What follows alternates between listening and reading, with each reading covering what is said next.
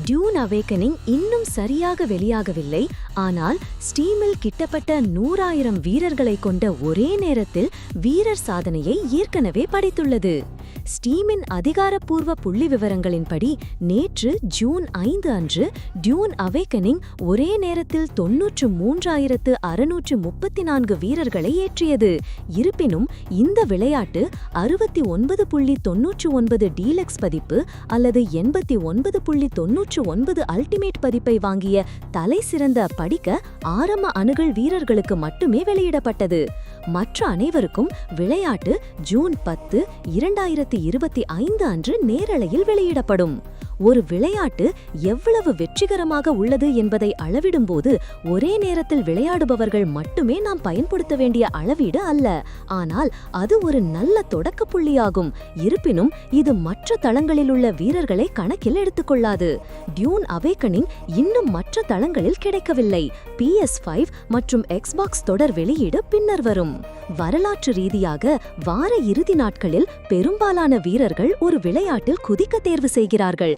எனவே ஜூன் 10ஆம் தேதி அதிகாரப்பூர்வமாக வெளியிடப்படுவதற்கு முன்பு டியூன் அவேக்கனிங் இன்னும் அதிக உச்சநிலை உச்சங்களை எட்டும். ஸ்டீமில் தற்போது விற்பனையில் உள்ள ஆயிரக்கணக்கான கேம்களில் இது தற்போது அதிகபட்ச ஒரே நேரத்து உச்சங்களின் தரவரிசையில் 195வது இடத்தில் உள்ளது.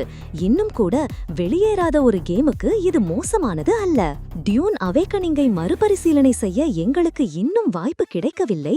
ஆனால் பீட்டா நேரலையில் வந்தபோது நாங்கள் ஒரு நீண்ட பார்வையை பார்த்தோம். டியூனின் நீண்டகால ரசிகனாக நான் மிகவும் விரும்பும் ஒரு உலகத்தை பற்றி ஆராய்ந்து மேலும் அறிந்து கொள்வது மிகவும் நன்றாக இருக்கிறது.